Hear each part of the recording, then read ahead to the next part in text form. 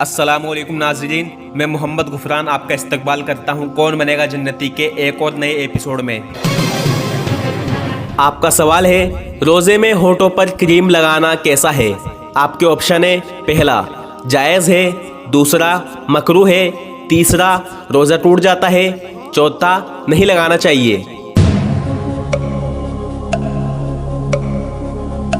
इसका जवाब है, रोज़े की हालत में होठों पर किसी भी तरह की कोई क्रीम नहीं लगाना चाहिए। वो क्यों, इसको मैं पूरी तफसील में समझाता हूँ। देखिए, होठों के दो हिस्से होते हैं, एक ज़ाहिरी हिस्सा और एक बातिनी हिस्सा, एक तर हिस्सा और एक खुश्क हिस्सा।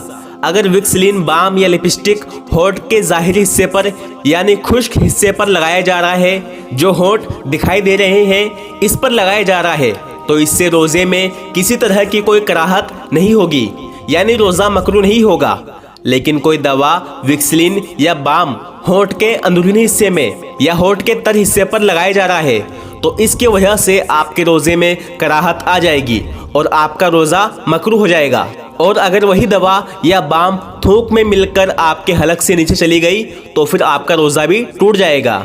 इसलिए हमारे बड़े उलमा कहते हैं कि बगैर किसी मजबूरी के होठों पर क्रीम या बाम ना लगाएं, क्योंकि अगर आप होठ के बाहर के हिस्से पर भी दवा या क्रीम लगाएंगे तो जब आपके दोनों होठ मिलेंगे तो वो दवा अगर आपके मुंह के अंदर चली गई और उसका जायका हलक से नीचे उतर गया, तब भी आपका रोज़ा टूट जाएगा। इसलिए जितना हो सके रोज़े का एहतराम करें और होठों पर किसी तरह की कोई क्रीम ना लगाएं। लेकिन अगर ज़्यादा ही मजबूरी है, आपके होठ ज़्यादा ही फट गए हैं, तो फिर ऐसी हालत में होठ के बाहरी हिस्से पर, होठ के खुश्क हिस्से पर क्रीम या लिप बाम लगा ले। लेकिन याद रहे कि वो दवा या क्रीम मुंह के अंदर ना जाने पाए। उम्मीद करता हूँ आपको ये मसला समझ आ गया होगा। अल्लाह हमें रमज़ानुल मुबारक के महीने की ज़्यादा से ज़्यादा कदर करने की तौफीक अता फरमाए और रमज़ान के पूरे रोज़े रखने की तौफीक अता फरमाए, आमीन। अब मैं आपको एक नया सवाल देता हूँ जिसका जवाब आपको देना है कमेंट बॉक्स में। सवाल है, रोज़े में उल्टी होने से क्या होता है। आपके ऑप्शन है, पहला रोज़ा मकरूह हो जाता है, दूसरा रोज़े का सवाब कम हो जाता है, तीसरा रोज़ा टूट जाता है, चौथा रोज़ा नहीं टूटता। तो आप बताइए इसका जवाब क्या है।